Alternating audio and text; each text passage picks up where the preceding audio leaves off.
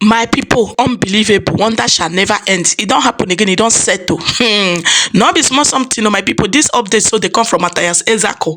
Again, my people, make una carry una jukote sit down, come listen to Mathias Ezeaku.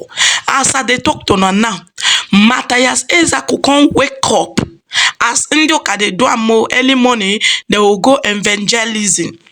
Na Mathias Ezeaku come wake up, come go do his own evangelism. No be small thing. Mathias come dey preach the word of P0lice Ezeaku. No be the word of God, oh, the word of P0lice Ezeaku. He come dey preach, dey give people. He come carry speaker, carry mic, dey use am take dey waka all street. My people, as I cross this video of Mathias, I watch P0lice. I come talk say, the pastors say some of them say that they vex for Mathias. So they no even they used to eye till they watch Mathias Ezeaku this time around. They no dey happy with Mathias. Now so Mathias come they preach oh, they tell them say the pastor they do their 419. My people may not come be saying I may use my mouth to narrate this matter. I go leave una mona for watch Mathias Ezeaku age of for where for enter street. Unbelievable. Make una regade. Ndị pastor na reverend father wee fụ n'ibu onye eri wee were abụ ndị ọcha keli gị wee na-eme gị wee na-eme gị 30 today. Onye mere ha ga-apụta n'ụlọ ụka ma ọ na crusade gwa gị na Jizọs na-agwọ ya na omego onye dara ngwụlọ ọgaba ije ma onye kpuru izu ọfụba ụzọ. Mana ana m challenge gị taa, ọ bụrụ na onwe onye village gị onye bi na-azụ ahịa ma na ya dị ebe ibi ma na classroom gị dara ngwụlọ police ịma ọfụma jesiri ekpere nata gaba ije ma ọfụba ụzọ ọzọ, mụnwa bụ Ezeaku ga-enye gị 10 million naira with a plot of land. Ihe niile bụ ihe ndị ụka ji wee gwu gị wayo. Ha wee bịa gwa gị na Jizọs na-enye ego, na Jizọs na-enye gịnị ego. Ihe niile bụ kedesi ivu oge ka ichefu ihe na-enye ego na mba ụwa niile nke bụ resources Chukwu kere n'igwe n'ụwa ji agọzi obodo. China mara ihe bụ Jizọs tata. Gịnị nyere China ego tata? Ihe nye China ego bụ nka na ụzụ, aka aja aja na-ebute ọnụ mmanụ ebe na-alụpụta akwa mụ na gị yi tata, ebe na-alụpụta ụgbọala mụ na gị na-agba taa, ebe na-alụpụta microphone m ji ekwu okwu a, ebe na-alụpụta ụgbọala dị iche iche, igwe okwu iji ihe niile na-abala mmadụ ulu. Ọhịa bụ ihe nyere China ego taa. Mana n'ezie anya ihe ndị fada na ndị pastọ ji brain gị na-anwa aka tata village isi na ya wee pụta enwero ebe na-alụpụta fon iji ka onye graduate ọrụ graduate gụchazie akwụkwọ, ndị ụka wee na-agwa ha na Jizọs na-enye ọrụ. Adị mmadụ 5,000 graduate na one local government, ọ bụrụ sọ mmadụ 10 ga-enweta ọrụ maka na ọrụ adịrọ. Ndị ụka a na-edesi ibu ụmụnne anyị na-agwa ha kpewe ekpere ha so osi dị ka Jizọs nye ha ọrụ. Mana obodo ewetala anyị Jizọs taa. Ihe ji mmadụ ịlụ ọrụ na abroad, ihe ji mmadụ ịlụ ọrụ n'Europe today bụ itoru 16 years. Ọ bụrụ na iruo 16 years n'Europe today, ị ga-enweta ya na-akpọ part-time job, ibido ọrụ. Ọ bụrụ na iruo 18 years, itorugo gị si n'ebe ezinụlọ gị pụọ, gọọmenti ga-enye gị ụlọ, nye gị 30 years to pay. Ị nwee ụlọ nke gị ma na-akwụ ụgwọ obere obere tii 30 years tupu ịkwụchaa ya. Ihe bụ obodo a butere anyị Jizọs o. Mana ndị ụka na Baịbụl ebugheri gị ebe a na-agwa gị na Jizọs ga-eme ka ị nwee ụlọ. Ọhịa mere ndị ụka agaghị eji wee gwa gị eziokwu na gọọmenti ji gị dị mma. Mmadụ bụ chi ibi ya. Government bụ your personal Lord and Savior. Your fellow human being is your personal Lord and Savior. I wee na-ata afụfụ. Agụ a na-egbu ndị Igbo. Kama ndị isi ụka ga-ekuni mee ihe na-akpọ peaceful protest. Gwa gọọmenti anyị ka enye villages anyị industry ka youth anyị nwee ọrụ. Ha sịwa ihe a mezi ka anyị mara bụ na Jizọs na-enye visa eji eje obodo oyibo.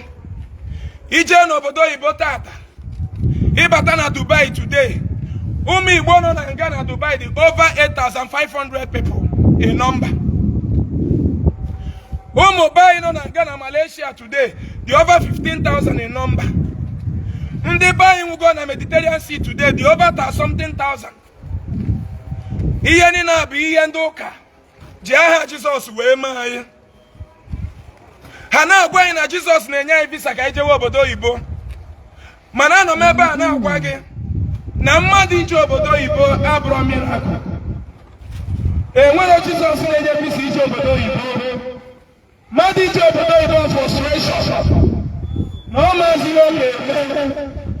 Ọ maziri oge eme ọ rapụ nne na nna jee na ọlụ onye ọzọ for 10 years, 15 years. Ọ bụrụ na Jizọs na-enye visa ije obodo oyibo dịka ndị fada na pastọ na-agwa anyị, kedu echichi Jizọs inye onye Germany visa ka ọ bịa biri na Mkpọ? Kedu echichi Jizọs inye onye France visa ka ọ bịa zụwa New Pass na Mkpọ? Kedu echichi Jizọs inye onye China visa ka ọ bịa kwa wheelbarrow na Mbuko Obosi? Kedu echichi Jizọs inye onye Germany visa ka ọ bịa biri n'ahịa Mkpọ na-ele ogiri n'ụkpaka? Ihe a bụ arụ ndị ụka meworo anyị. Ihe a bụ arụ British mere anyị. British achọrọ ka anyị bụ uru. Ihe Chineke ji gozi Africa erika.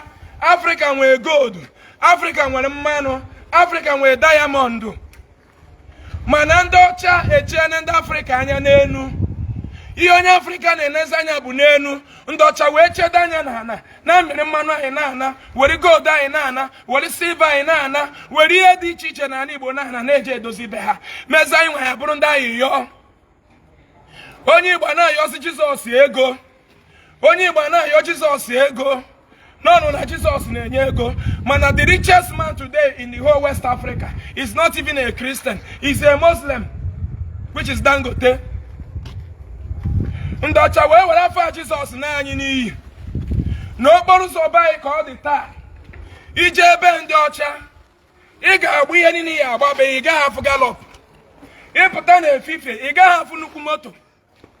Enwe ihe na-akpọ metro station. Enwe ihe na-akpọ train station. All those transportation systems to reduce traffic of car, to reduce accident. Man ihe niile adịghị ebe a. Ndị ụka bịa ha were afọ Jizọs si na Jizọs ga-protect anyị from motor accident, which is okwu asị. Enwere Jizọs na-echekwa mmadụ from motor accident. Enwere Jizọs na-enye protection. Enwere Jizọs anywhere in the world na-echekwa mmadụ. Ihe ọ bụ scam. Okwu ọjọọ eji wee gaa anyị abụ. Yesterday na-abata from Enugu, anyị pụtara side Odumodu Junction. Enwe Siana na obere shuttle bus kụrụ face to face. Ihe nọ na shuttle bus a nwụrụ anwụ. Wee na-agwa gị sị gị, ọ pụta na ndị a nwụrụ ebe a na Jizọs kpọrọ ha asị wee fụzie mụ na gị na-abụ n'anya. Asị asị, ndị asọgwe na ndị na-asị na Jizọs fụrụ ha n'anya as of yesterday. Ndị asọ na ndị na-asị no weapon fashioned against me shall prosper as of yesterday. Mana ihe ndị nna nna anyị gwara anyị na ọ bụrụ na agwọ emere ihe o ji bụrụ agwọ, ụmụ nwaanyị ewere ya mee gịnị? Kee nkụ.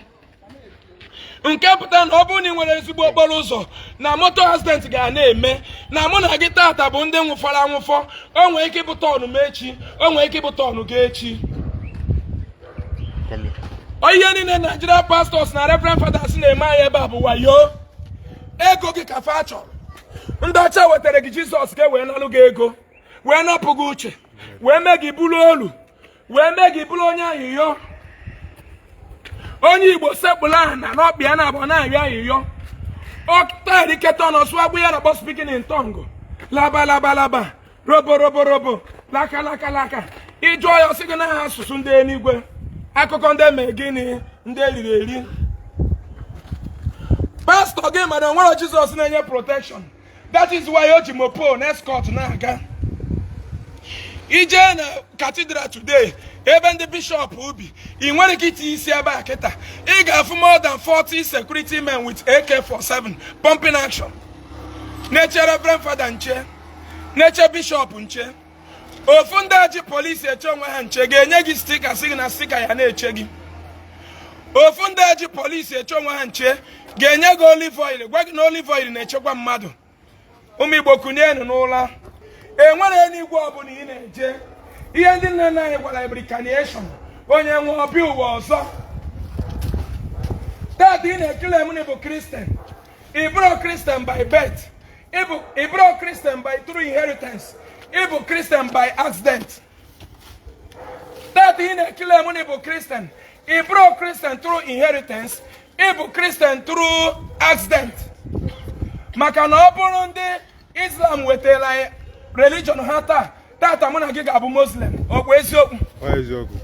Ọ bụrụ na ndị China wetara Buddhism today, tata mụ na gị ga-abụ a Buddhism. Ọ bụ eziokwu? Ọ bụrụ na India wetara their Hindu today, tata mụ na gị ga-abụ a Hindu. Ọ bụ eziokwu? M wee jụọ gị sị gị, kedụzi omenala gị ahụ? Kedụzi usoro ahụ ndị nna nna gị si ekpere Chukwu? Kedụzi emere iji wee rapụ ya gbalụsowe nwe onye ọcha? Anyị ebigo witi ndị ọcha ahụ bitee ya aka wee fụ na ihe niile ha gwara anyị ebe a bụ okwu asị. From Genesis to Revelation, o nwere eziokwu dị n'ime. Onye ọcha jidere Ben ya ma ntụọ satellite n'elu. Ị nwere ike iwere ihe na be ha na free. Ofu onye amount satellite n'elu na-echekwa obodo ya gwara gị sị gị 20,000 shall fall at your left, 20,000 shall fall at your right. Asị onye melu na onwe esi onye Igbo na-atụnye uche ka enwe nchekwa n'obodo. Maka na-ekwuo na 20,000 shall fall at your left, 10,000 at your right. Mana mma ndị na-echi efi, ndị na-echigharị efi mmadụ 5 bịa na village mụ na gị taa. Ewere mma egbo over 200 people na one community mana free. Enwe onye Jizọs na-ejide? Enwe onye Jizọs na-ejide? Enwe 10,000 ndị Fulani na-egbu anyị dago ọnụ. During Biafra war, ejidere ndị Igbo sọ ha akpụ. Jesus was nowhere to be found. Jesus apụtara save ndị Igbo through Biafra war. Egbugidere ndị Igbo, gbugide ndị Igbo, ti ndị Igbo surrender na ha chọọzi. Jesus gbafelu. Ke ndị nụrụ ọgụ a, ndị nụrụ ọga, ndị zọpụta, ndị chekwara mụ na gị taa bụ ụmụnne mụ na gị. Mana ndị ọcha were na Christianity bịa sị gị na o nwere ihe mmadụ ụwa pụrụ imelụ gị. Ọ ya mere ndị Igbo ji tara afụ ruo taa. Wee sị gị na o nwere ihe mmadụ ụwa pụrụ imelụ gị. Na so onye ga-enyere gị aka bụ Jizọs. Na ọ bụrụ na Jizọs emela olu gị ife na o nwere ihe mmadụ pụrụ imelụ gị, which is okwu asị. Ofu onye asị na Jizọs ga-enyere gị aka ga-ekwuchi okwu asị ndị 20,000 pụtawa n'elu ọta. Ndị 30,000 pụtawa n'elu ọta. Ndị 100,000 gbagotewenu. Ọkwa mmadụ wakọ na-anazi ego. Chọọchị a mụ na gị lụrụ taa, ọ bụ Jizọs lụrụ ya? Skuul a mụ na gị tụchara ego alụọ taa, nwa ogbenye anaghị agụ, ọ bụ Jizọs lụrụ ya? Hospital a mụ na gị wetara ego alụsịa taa, nwaanyị dị ime eji ọ bụ na o jiri ego ọpọnoso wee tụọ ego n'ọgwụ asị na ma mgbanye ya kaadị, ọ Jizọs lụrụ ya? Everything about Christianity stand with lies, fraud, no evidence, no evidence. Ofu ndị a ga-apụta sị gị na Jizọs gara ije n'elu mmiri. Ihe mere onye ojii ji wee etie chi ndị nne na nna ya chọpụtara ya taa bụ maka na ndị ọcha ji aha Jizọs tụrụ fasị. Ihe mere onye ojii ji wee dị proud taa kpọọ Amadioha asị, kpọọ Robunaga asị, kpọọ Ikenga asị, kpọọ mmụọ dị iche iche jiele ndị nna nna anyị ozi asị bụ gịnị? Maka na ndị nna nna anyị gwara gị eziokwu ihe Amadioha na-alụ. Arụsị niile nọ n'ala Igbo bụ nsọ ana ka ọ na-asọ. Na Amadioha na-asọ ga-ejekwukwana nwunye mmadụ, ga-anakwana mmadụ ihe n'ike, ga-emegidekwana nwa ogbenye. Mana ndị ọcha abịana wee gwa gị na Amadioha enwere ike, na Jizọs gara ije n'elu mmiri. M wee jụọ gị nwa na-asị m na Jizọs gara ije n'elu mmiri, ọ gara ya na river Naija? Ọ gara ya na river Benue? Kedu mmiri a Jizọs gara ije na ya? Ihe dị n'akwụkwọ. Scam. Asị na ogene scam. Okwu asị. Ndị Afrịka tete n'ụra na alụ emega Afrịka.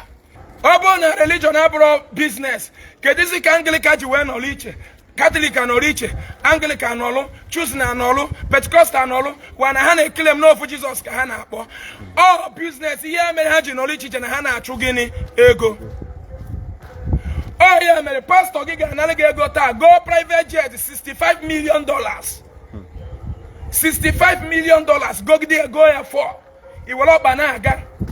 He will up bana megin. Naga. When we faith. Nangozi nke giga esine we megin. We da. Onye oche butenere gi Bible we sị gị nebanye na mountain, there your help shall come from. Mana ọ bụ na amụ mmadụ be ndị ọcha taa, a ga-ebido taa kwuo onye ahụ almost 500 and something thousand every month. Onye amụrụ taa. Onye amụrụ taa na be ndị ọcha, ọ bụ na amụ ya today, a ga-ebido today kwubi over 500 and something thousand naira every month. Mana nke gị nwa bụ onye ojii, ebe enyemaka gị ga-esi bịa bụ n'ebe na mountain. N'ebe na mountain. Akụkọ mee gịnị? Akụkọ ndị eriri. Akụkọ ndị mee gịnị? Akụkọ ndị eriri. Chapter 1 verse 2. Ihe na-emegbu onye ojii na-abịa na village gị today, enwe single factory to produce the pants you know. Man in a conduct 10 days crusade in a village for prosperity. Ibo onye megini, onye riri. Ibo onye megini, onye riri.